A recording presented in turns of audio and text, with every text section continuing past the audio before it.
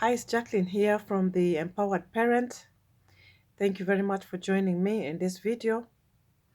Today, I'd like to talk about those people who would like, or families who would like to immigrate to a European country or a Western country. I'm particularly going to focus on the United Kingdom because that is where I live and that is the country that I know more about. For those coming from African countries, trying to immigrate to the United Kingdom, there are certain things that we need to keep in mind. This is part two. If you'd like to find out what I spoke about, there's a previous video that I did, which I will link to this one. So one of the first thing to come to the United Kingdom or reasons to come to the United Kingdom is private schools. Now, there are private and residential schools in the United Kingdom. If you are somebody who is able to manage the finances, there are some very good schools here in the United Kingdom that your children could come to. However, having said that, I will have to reinforce the need to do some due diligence and to ensure that the schools that you are choosing are going to be some of the best schools for yourself, for your child, that is, and the best schools for their needs. Most of the schools will want to do, a background analysis of your child's needs before they take them on. So you might be asked for a report if your child is at a school age, a report from a previous school if possible. And that's one of the things. There are schools scattered all over the UK, of course, and many of them run privately, and there's also those that are, I believe, public. The public ones are more residential, called residential schools, and those who come under social services or by reference from social services. If you have a social worker, they don't normally exactly deal with that per se, but they can refer you to special needs experts in education in every council. There's education experts and those who are going to deal with the residential part of sending a child to a school. That's a whole topic on its own, and it's not that easy. So I'm not going to talk too much about that. The next thing is if you'd like to access professionals that can help you with your child's needs, for instance, speech therapists, for instance, nutritionists, pediatricians, and so forth. Um, if you are coming with no recourse to public funds, you may need to check that because you may have no access to under the NHS service.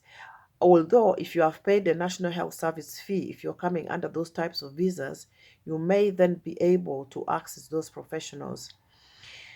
Strictly speaking, the over 16s do not qualify to see pediatricians in the United Kingdom unless there's something very pressing, and the doctor would then be able to advise and see if that child could be referred over that age.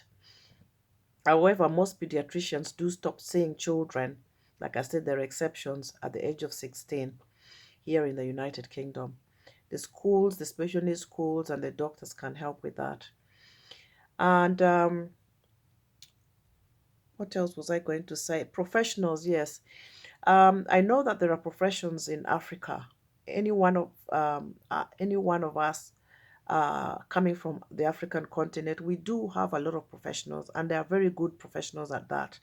Nutritionists, dentists, speech therapists, dietitians, and so forth. We have excellent ones. And by no means am I saying that the UK has better ones. And by no means am I saying that where we're coming from has worse or better ones. No, there are good ones. So I would say that that's not really a reason to come running here because I think we also have very good experts. What you might like to say is that if you're in the United Kingdom, under the specialist services, for instance, when you see a doctor with your special needs person or child, you might be able to get referred to some of those specialists, and some of those specialists are also there in school. So by virtue of coming under somebody who is raising somebody with special needs, it might be slightly easier to have access to those are professionals in the United Kingdom, although again it is not that direct. It's by individual, it's by each person's personal needs, each the child's needs and so forth. The next thing is, if you're looking to um, live and have I mean access to open spaces, for instance, parks and so forth, especially in warmer weather, activities for your child to go to, which sometimes are specifically put for those with special needs. Then here in the United Kingdom, there are organizations and charities, and even the schools sometimes come up with specific activities for children and young people in need. However, I will say to that that when a young person turns 18 and they become an adult, it then becomes a little bit harder to find activities for them to do. So the onus will be on the parent to really dig deeper and to find out what that young person or that child likes. For instance, my child, my older one, likes um, swimming, and this is something that we've done with him or with my all my children from when they were really young. So he still has access to that, and at any given time he can just go and be taken by support workers. And then there is gymnastics as well, which they go for. There's an array of organizations that they might put up in summer, for instance.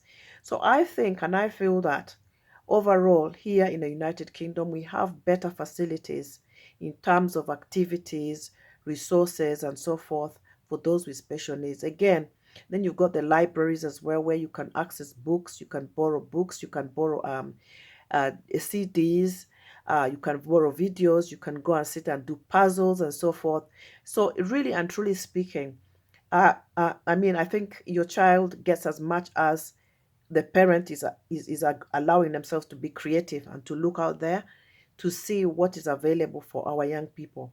Again, this video also goes for those of us who are already in the United Kingdom.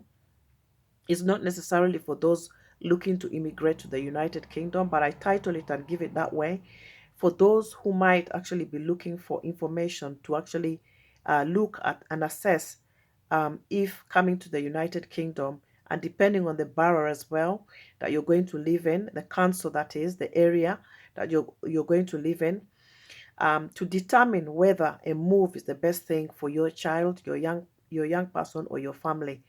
It's quite a huge undertaking. And uh, if somebody says to me today, right now, where would you rather live?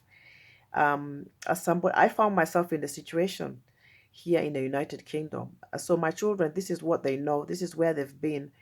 However, it would be nice to actually sometimes go away and take them to Africa, which by God's grace they will be, and be able to actually have the chance where they're not always cooped up indoors. And that brings me to the next thing. If you like the outdoors and you like being out in the warm weather, and you have for some of you, maybe you're in Africa, maybe you have environments where you've got animals that you're rearing. Special needs children love animals, and they thrive in such environments where you're able to do gardening, where you're able to grow food. Then United Kingdom might be a bit harder for that. Not even a bit harder. It's harder. It's almost not there. If you're coming to United Kingdom, for instance, and you've also got access to a garden, that by far is better than being cooped up in a flat or being cooped up in an apartment that does not have an external garden or external area to actually be in. Those things can be sound small, but they make a huge difference in the life of those with special needs, in the life of families. And outside space is something that is very, very important. It's something that can literally lift you up and can literally, mentally speaking, for your mental health, for your children's mental health, you need access to the outside environment. And again, that's the beauty of United Kingdom as well. There are parks in virtually all residential areas, so one can always have those and sometimes the councils put activities in those parks that everybody can access. Not always suitable for those with special needs because they can get crowded and they may not always be suitable and there are loud noises and so forth, but usually there and readily available. The next thing you've got to actually take into account is the financial aspects. I think I briefly touched on it on the other video. Special needs children have been known, and this is a fact, to actually cost two, if not three times more than a typical child with no needs. I used to think, I used to, when I first had it, I used to say, well, exactly where is the cost? Where is the higher cost here that we're talking about? Because I did not see it initially when my children were younger, but as they got bigger, I realized that it is indeed true. You pay out more because you have a lot more, for instance, in the home to adjust. You have a lot more repairs. Sometimes behaviors might occur, that need you to actually start repairing things over again. You've got to pay out a little bit more for their activities, for instance. You've got to buy specific types of clothes, maybe of bedding. Um, and there are many things to adjust and adopt. For instance, medical trips to and so forth. So you will find yourself actually spending a bit more. That is very true.